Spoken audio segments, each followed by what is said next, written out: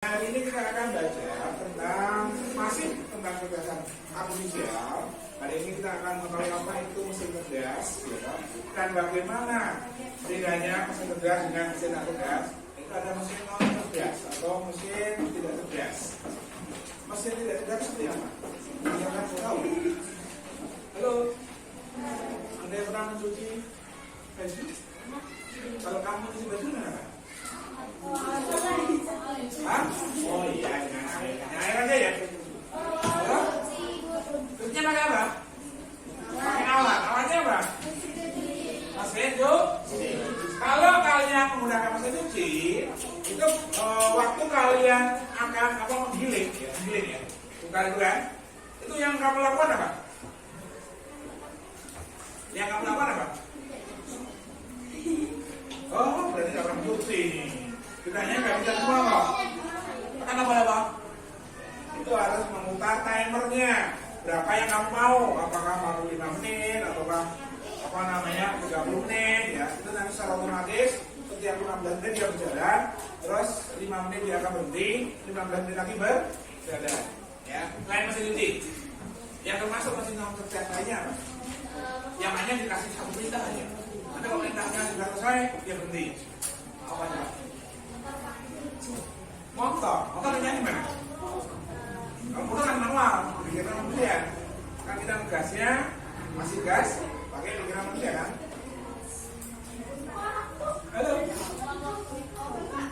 Remote control, nah benar, televisi itu butuh remote control ya, untuk memindahkan saluran. Kalau kita nggak suka ganti, kita nggak suka ganti. YouTube, kalau YouTube itu kalau kalian suka lihat film anime misalnya, nanti keluarnya anime semua nggak? Nah, jadi itu termasuk yang namanya mesin cerdas.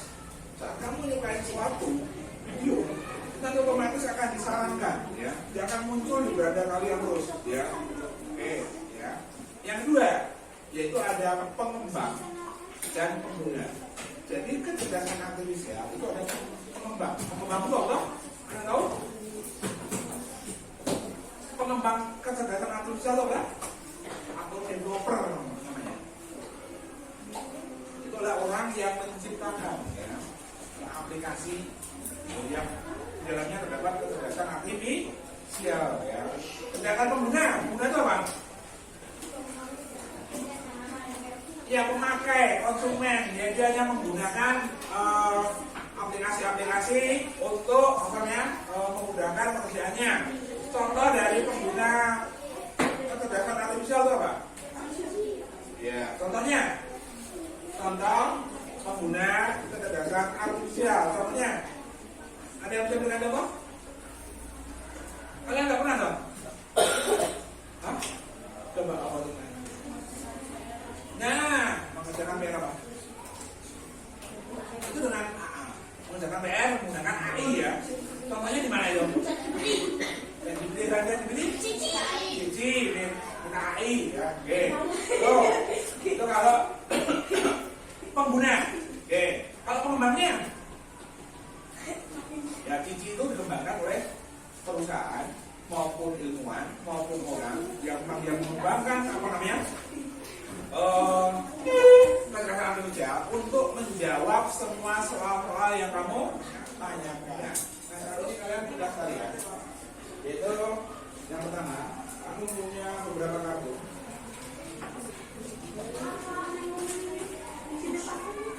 Untuk yang pertama yang kalian kerjakan yaitu silakan dipotong dulu. Silahkan kalian kelompokkan mana saja yang termasuk pengguna dari kecerdasan artifisial. Kelompokkan dulu mana ya, potong dulu, silahkan potong. Baru nanti kalian kelompokkan mana yang termasuk pengguna kecerdasan artifisial dan pengembang kecerdasan artifisial.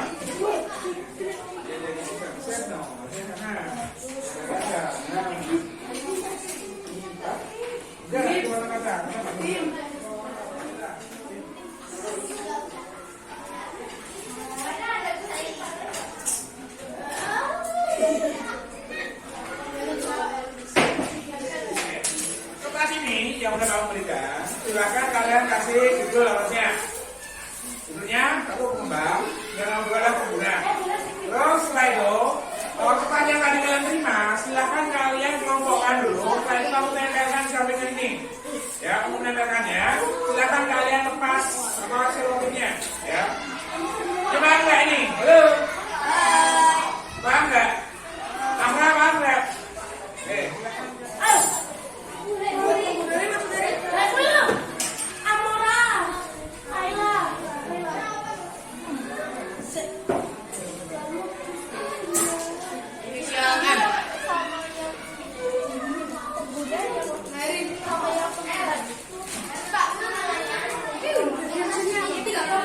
Pengguna, satunya pengembang. Ya, dimasukkan. Tempelin aja. Atasnya udah kasih judul. Pembuat tuh pengembang ya. Pembuat tuh pengembang ya.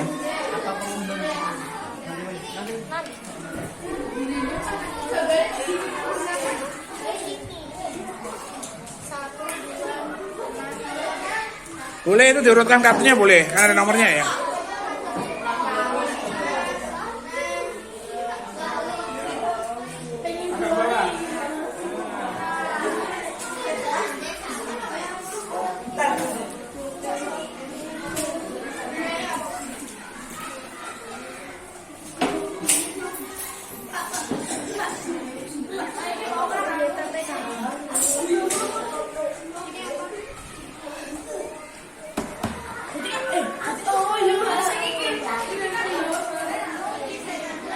Setelah kalian tempelkan semuanya, itu nanti pilih salah satu teman kalian untuk presentasi sebar.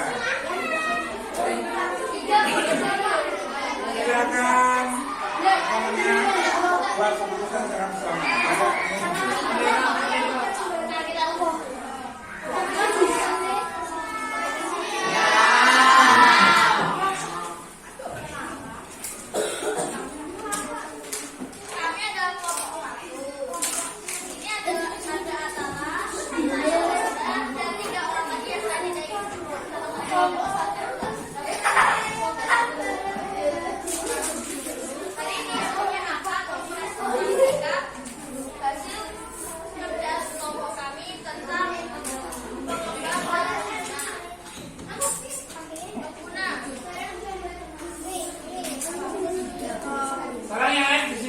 Apakah jawaban teman kalian itu benar atau salah? Ya, nanti kalian memberikan jawabannya. Jawab. Yang pertama, saya menggunakan Google Maps untuk mencari jalan terdekat ke sekolah. Yang kedua, saya memakai Google Translate untuk menerjemahkan bahasa Inggris. Yang ketiga, saya memilih yang direkomendasikan Netflix. Yang keempat, saya menggunakan kamera HP dengan fitur pengenal wajah. Mungkin ada yang berbeda jawabannya? Halo? Ada yang berbeda? Warnanya beda? Beda atau sama? Oke, sama. Oke, untuk teman kalian yang beda.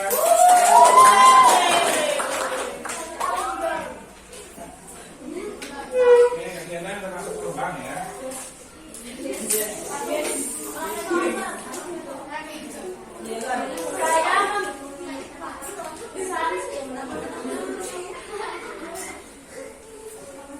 Saya membuat program review tanpa sopir.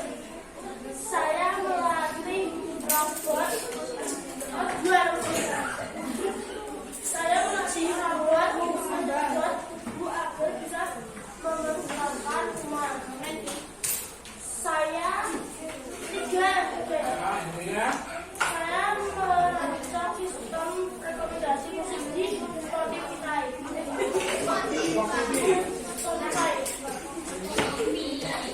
Keempat, saya menulis audio aplikasi pengenal wajah.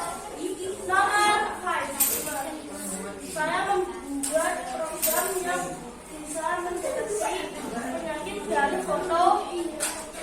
Nomor 6, saya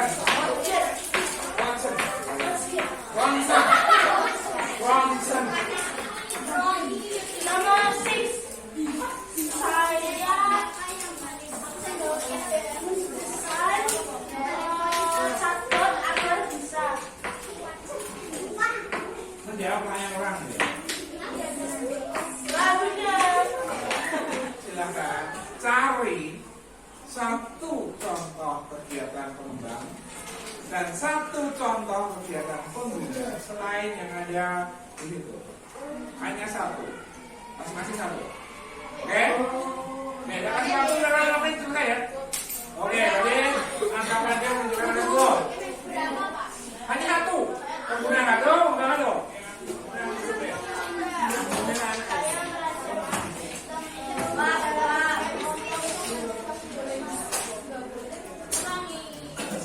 Oke, itu maksudnya tapi bukan oke, ya.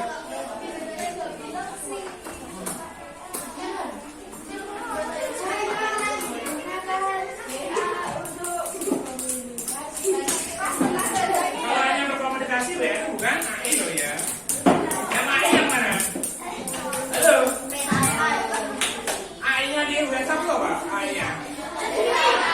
Hah? Kalau kalian buat video dari sebuah foto, ya kan? Itu kan ada yang WA itu kan, apa yang bisa saya bantu kan? Ya, kamu masuk di situ, kamu masukkan fotomu, jadi fotonya bisa ngomong sendiri. Nah, itu namanya penggunaan AI. Tetapi kalau hanya WA saja, itu berarti bukan menggunakan AI. Oke, sampai di dulu. Ada yang menanyakan nggak? Karena banyak sekali untuk AI ya. Contohnya, ya. Sekarang itu ada suruh ya, yang membuat musik sendiri ya. Oke, kita tinggal masukkan liriknya nanti dibuatkan. Ya lagunya, nadanya dan sebagainya. Ya. Terus kita punya lagi yang namanya pembuat apa namanya lukisan itu juga ada ya. Nanti dia otomatis akan melukiskan sendiri ya. Atau membuat gambar menjadi animasi dan sebagainya. Ya, itu ada. Itu AI ya, itu langsung dia mengerjakan. Nah, halo. Hari ini Mas buat simpulan loh. Simpulannya apa? Kita belajar tadi. Kesimpulannya? Pengembang itu apa? Pengembang itu apa?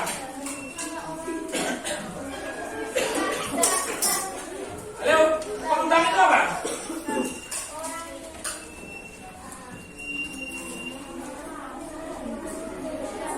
Oke, orang yang menciptakan suatu software atau aplikasi yang bisa menjawab ataupun membantu orang lain untuk menjadi lebih mudah. Sedangkan pengguna itu apa? Halo, pengguna itu apa? Nah, orang yang menggunakan atau memakai AI untuk kebutuhan dalam menjalani kehidupannya. Oke, untuk belajar itu sekian karena sebenarnya ada material ada beberapa kegiatan yang belum disampaikan, tapi waktunya sudah selesai.